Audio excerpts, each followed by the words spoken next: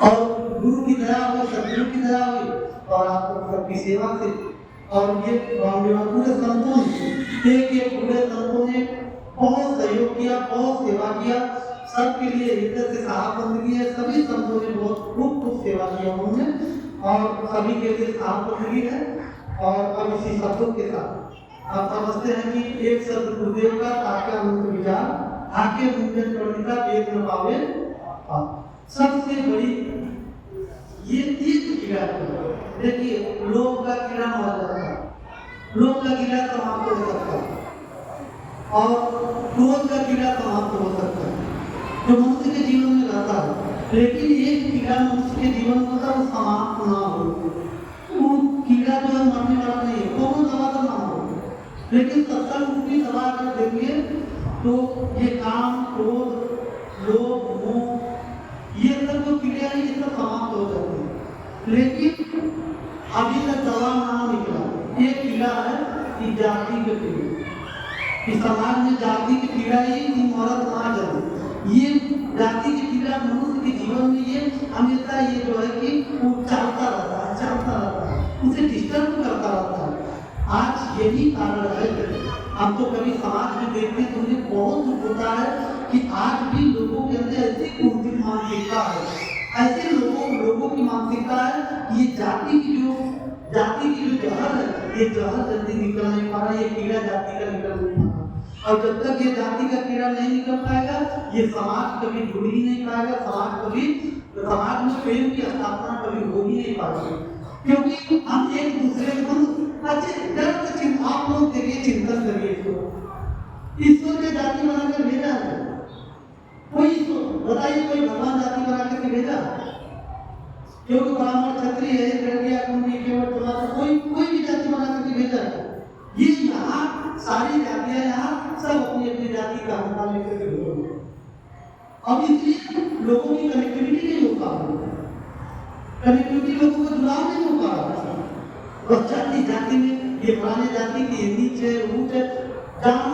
जानवर को लोग जो है कि अपने पास में रख लेते हैं, लेकिन एक जिसे नीच बना दिया गया, जिसे पुत्र बना दिया गया, उसको लोग पसंद नहीं करते, उसे घृणा लोग करते हैं। और कहते हम तो कहते हैं कि जो धर्म हमें सिखाता है मनुष्य में भेद, जो हमें धर्म ये सिखाता है, उच्च नीच सिखाता है, उस धर्म को हम स्वीकार कभी कर ही नहीं सकते। जो धर्म हमें मानवता सिखाए, जो धर्म हमें प्रेम सिखाए, जो धर्म हमें मानव में एक करना सिखाए, उस धर्म को हमें स्वीकार करना चाहिए और बाकी धर्मों को। इसलिए सतगुरु कबीर कहते हैं धर्म वही है जो मानव में प्रेम स्थापित करे, जो मानव को जोड़े। आज भी हमें बड़ी बहुत पुरानी होती है कि कहीं अरे एक भगत जी आए, एक आए तो बोले कि अरे ये बैठो पंथी एक आश्रम था।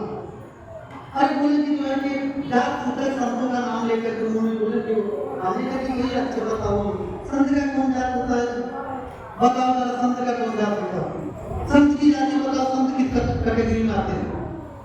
हमने कहा जब तुम लोग आप लोगों की मानसिकता ऐसी है तो समाज को क्या जोड़ पाओगे? समाज जुड़ सकता है कभी? जब संत की जाति है तो समाज में तो ये जाति मिलने वाला नहीं है। तो इसलिए जाति केवल कागज तक रखने दीजिए और ये जात पात का जो है जहर हम सबको निकाल करके बाहर करना चाहिए। एक जात आप लोगों की है मनुष्यता, मानवता, मनुष्य से बढ़कर के कोई जाति नहीं है। इसलिए मेरा आग्रह है, प्रार्थना की जात से ऊपर उठ करके और ये सब कुंठित मानसिकता को निकाल करके बाहर एक मानवता के पद पर चले। आज 2600 वर्ष पूर्व उन्होंने अलग जगाया, एक महापुरुष का नाम था भगवान बुद्ध, उन्होंने अलग जगाया। अब तो दीपो स्वयं के दीपक हो, किसी पर निर्भर मत हो। ईश्वर कोई सदगुरु कबीर कहते हैं कि आप स्वयं सदगुरु कबीर कहते हैं कि स्वयं जागे, आपको जागने की जरूरत है। ये साधे सब सदे सब साधे सब जाए, जो तू सीखे मूल को तो शाखा पत्र कहा। स्वयं जागने की जरूरत है। कहाँ कभी निर्भय होता होता कुंजी बताए दे ताला, भय में लोग जीवन जी रहे, निर्भय हो जाइए। अब आप लोग भी ऊपर हो गया होगा ना, अब सुनते सुनते ऊपर हो गया, साफ बंद कर लेते।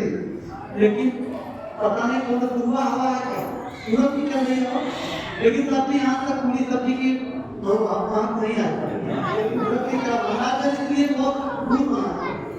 और आप लोगों से यही मेरा आग्रह है, सच्चे भगत बनिए और सच्चे मन से बनिए, सच्चे साधक बनिए।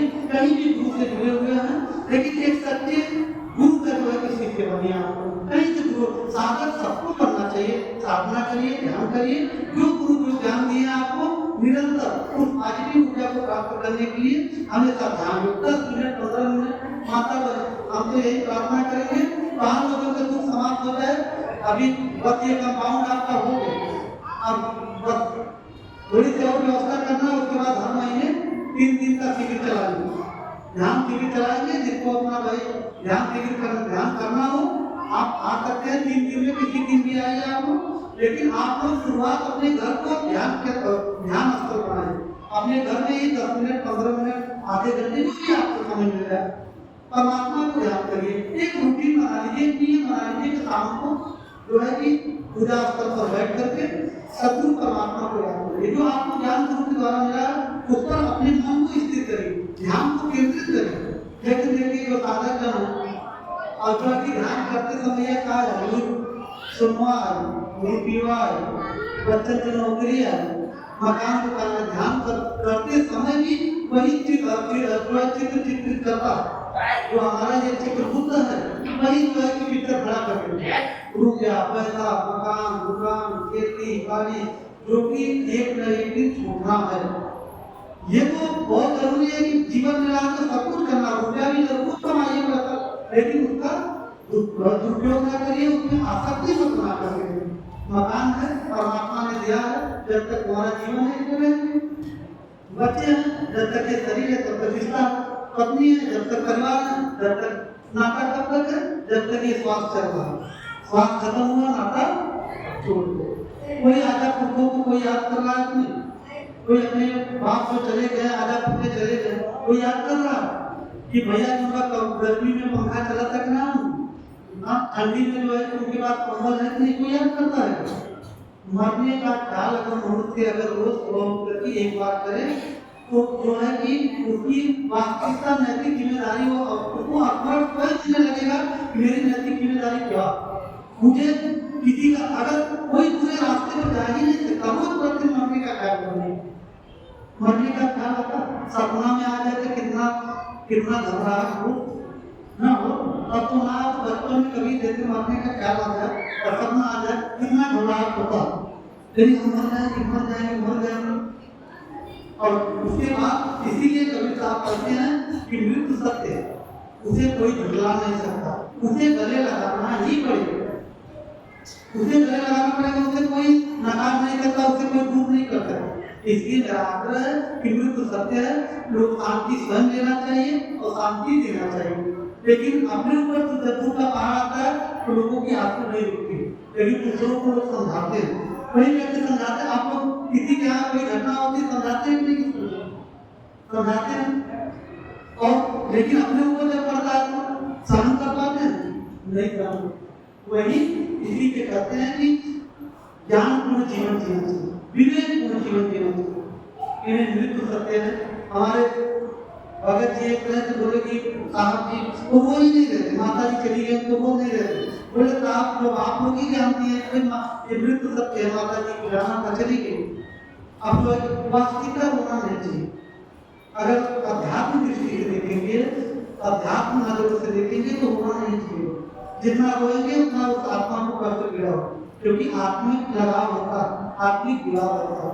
और मरने के बाद कुछ करो, एक महीने हमारे कहें कि लोग कहें कि साहब और जो है कि अम्मा की पियाई पानी रोज पियाई ला, हम कहा कि कहो गई आवो दिन पिए दिन कितना पियावो लोग कहें कि ती बोली है मां जी बताओ कहीं दिन पियावो लोग माता जी 5 बजे। अरे मृत्यु के बाद लोग पानी देते हैं ना, और जीते जी उनके दिवाली से पूजा करें क्योंकि हम ही सेवा कर ले, बड़की नाम सेवा कर ये मतलब एक दिन पानी अम्मा करा दी और मरने के बाद सबसे पहले वही पानी देती, वही पानी देती थी। और जीते जी पानी एक गिलास पानी नहीं दिए, अम्मा की सेवा ना केंद्र दाते अम्मा की नहीं सेवा, और मरने के बाद देखा कभी किया वो खुद पिए कि हम पिए, वो खुद नहीं पिएगा, जो उसको आप खाए वही पिएगा, वो पाएगा कि हम पे। अरे अम्मा का शरीर जब जलाया है, मुंह जल गया, तो ऐसे दुनिया की ये तो एक परंपरा हमारी है। एक पूर्वज ने बनाया कि भाई दूध से हटाने के लिए एक व्यवस्था बना दिया गया कि भाई इसमें लोग जुड़ जाए, वो दूध से हट करके दिमाग का ध्यान हट करके इधर हो जाए। लेकिन ये सब जो है बताइए, माता पिता मरने के बाद कोई खा सकता नहीं सकता, इसलिए जीते जी उनकी सेवा कर लीजिए। जो जीते जी सेवा कर लिया, तो माता पिता से सेवा जो जीते जी पाकर मरने के बाद कुछ भी आप लोगों को खिला दीजिए, करोड़ रुपया खर्च करके माता पिता का कोई सरोकार नहीं, कोई मतलब माता पिता का नहीं। इसलिए जीते जी सेवा कर लीजिए, नहीं तो एक समय ऐसा आएगा उसी पद पर, उसी माँ के पद पर आप लोग भी आएंगे, जो हमारी बहनें हैं वो भी आएंगे, तो फिर वही तुम्हारा रोटी है हमारा बहुना सेवा है। फिर उनके जीवन में जरा अपने जीवन में फिर पूछे कि तुम्हें पहले के अपने जीवन में खुद कितना सेवा करो, कोई पेड़ बबूल का तो हमारा कहाँ पे बबूल का पेड़ बोएंगे तो हम सबको करें, बुराइयों का बीज बोएंगे तो अच्छाइयाँ उसमें से फल देगा। इसलिए मेरा आग्रह है, निवेदन है कि आप ज्ञान के प्रति हमेशा समर्पित रहिएगा और अपने घर को ही आत्मा बनाइएगा, ये मेरा आप सबसे आग्रह है। और भगत जी लोग आप लोगों को लिखते हैं कि हमारे बहनी लोगों की, माता जी लोगों के कठोर वचन मत बोलो, बहुत लोगों को शिकायत मिला था। अब जे अपने जीवन में गुस्सा को कहीं की लड़ाई कर रहा है वो आप जान, अब कि हम बहुत बारिश का नाम लेके तब अब हम लोग जानेंगे कि भैया के क्या, और इसलिए आप लोगों की शिकायत आती है कि साथ देखिए यहाँ से जाते हैं तो गाली गलौज करते हैं, क्रोध करते हैं, ये शिकायत ना हो, ये मेरे हाथों को क्या प्रार्थना मिलती है। अब इसी पद्धति के साथ देखा जो है कि हमारे डॉक्टर साहब की नजर देख रहे हैं, डॉक्टर साहब समझ गए हैं, अब लगभग समय हो चुका है और अब इसी शब्दों के साथ मैं जो आग्रह किया, आरती के बाद लाइन से लोग आएंगे और फिर आप लोग बैठ के चले जाएगा, लाइन से आएंगे, लाइन से करके बैठ करके उसके बाद हमको हमारे साथ में ही चलना, हमें अकेला मत लीजिएगा, हमें साथ आप लोगों के आइए, आप सभी मिल करके एक पावन भूमि की पवित्र